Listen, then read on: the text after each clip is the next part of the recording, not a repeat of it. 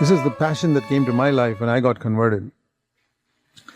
I said, I live in a country, Lord, which is basically a poor country. India is basically very poor. 98% non-Christian. And the 2% Christian, 1% is Catholic, which is very often, most of it is non-Christian. In a country like this, with a tremendous amount of corruption and poverty, can we prove that those who seek God's kingdom first and His righteousness will find everything added to them in their earthly life? They may not become millionaires.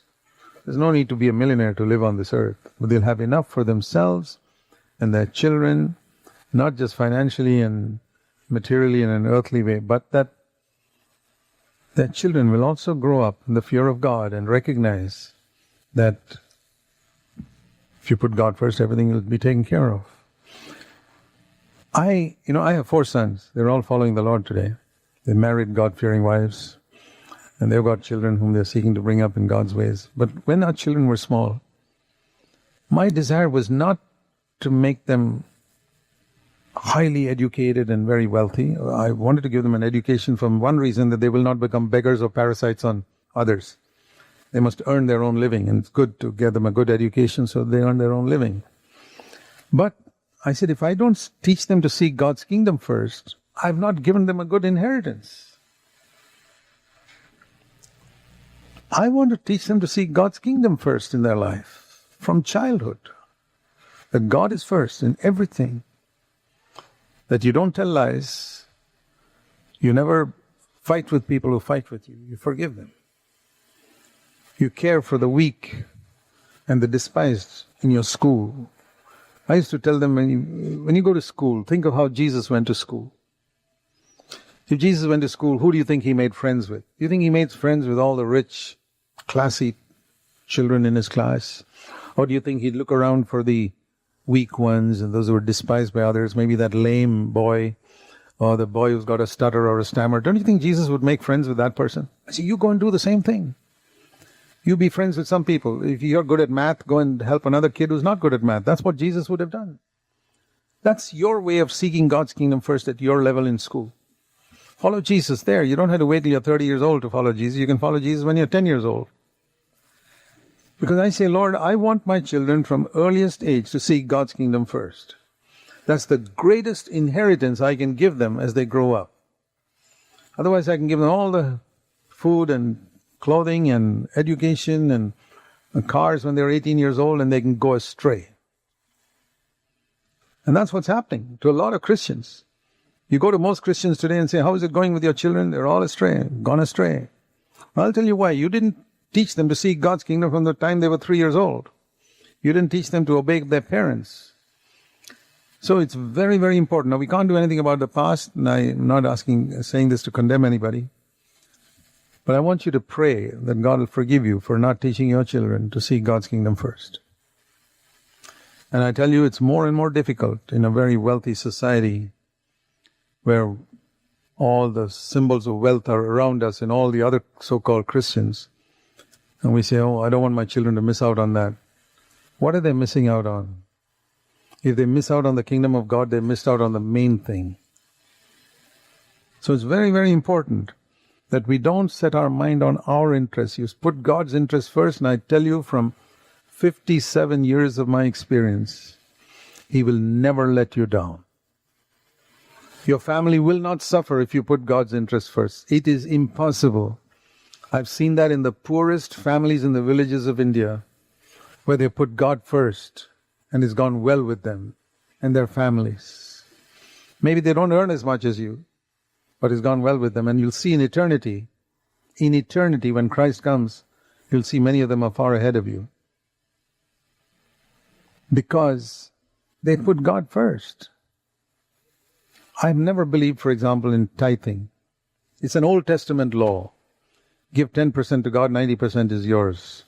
Where did Jesus teach that? Where did Jesus teach that once you give 10% to God, your responsibility is over? No.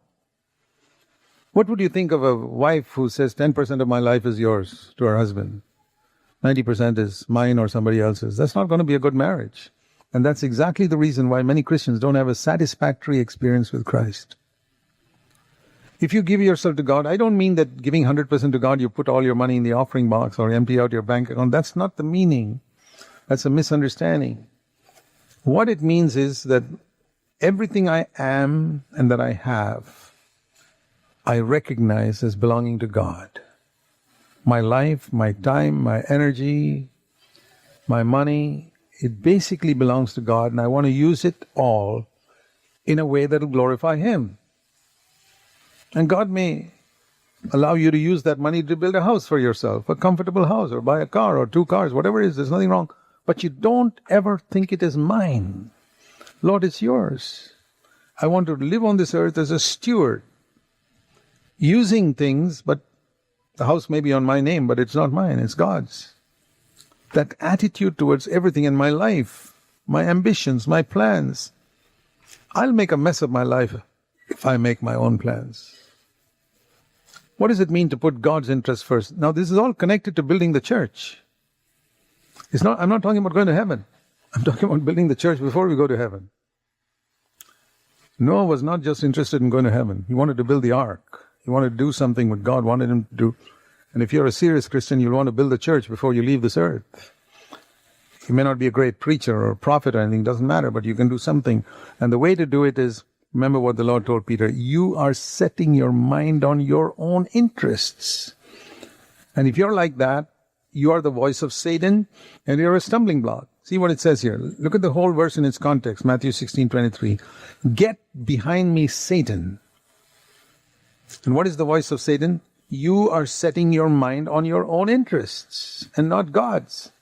Now, there are very few Christians who realize that when they set their mind on their own interests, they are actually cooperating with Satan, hindering the work of the church. I realized that very early, and I'm very thankful. And I hope you will realize it at least now. And I tell you this, believe me, God will not make you lose out. Impossible. Many people think God is a spoil sport. He takes away everything that's, if I surrender to God completely, He'll make my life a mess, and completely the opposite. Are you willing to choose everything that God chooses for you? If you have a choice between 2 openings for a job, would you say, Lord, show me the one you want for me? Or do you get the feeling God will tell you, take the one with a lower salary? Because God's a spoil sport. Are you willing to let God choose for you whom you should marry? Yes, God will tell you to go and marry that ugly girl. You got a wrong idea of God, completely wrong idea of God. He's a loving Father. He's a better Father than the best father on the earth. But He wants what's good for you. He wants what's good for you in the long run.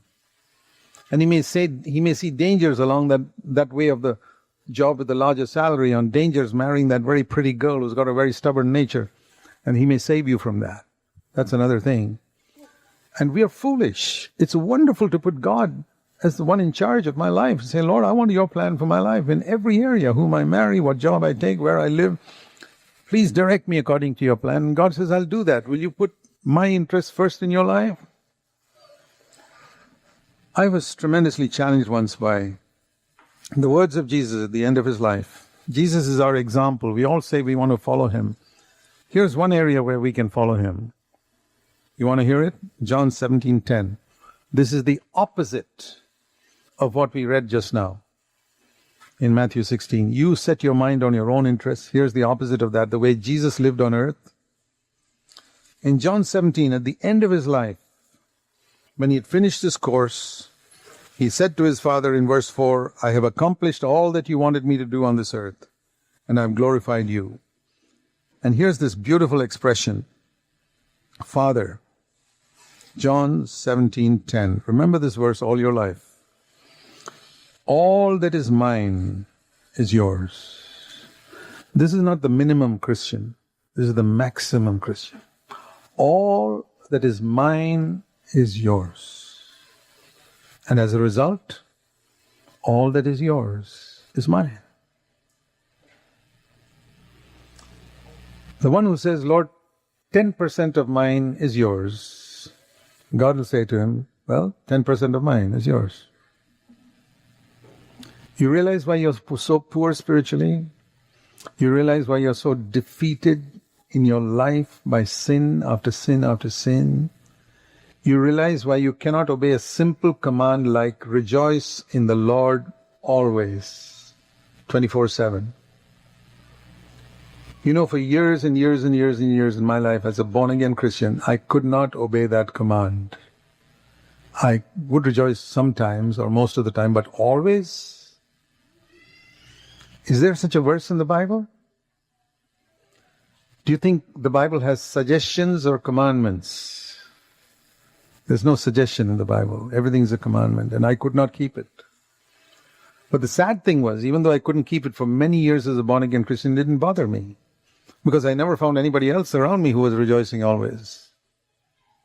I said, well, I suppose it just means, well, try and do it, or most of the time. Or think of another, that's Philippians 4:4.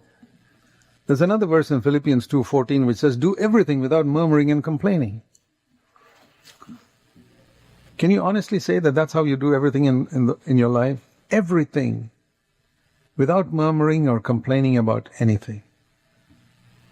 Whether things go wrong or things go right, I will not murmur or complain. I believe in a sovereign God who controls everything. It's a wonderful way to live. I tell you, just few commands like this. In everything give thanks. 1 Thessalonians 5:17 and 18. Rejoice always. Do all things without murmuring or complaining. With just these 2 or 3 commands, your home can be a heaven on this earth. Why is it the devil doesn't want us there? He keeps telling us it's not possible, it's not possible, it's not possible. It's not possible because you don't say to God, everything that's mine is yours. If you said to God, Lord, everything that's mine is yours, God will say, everything that's mine is yours too.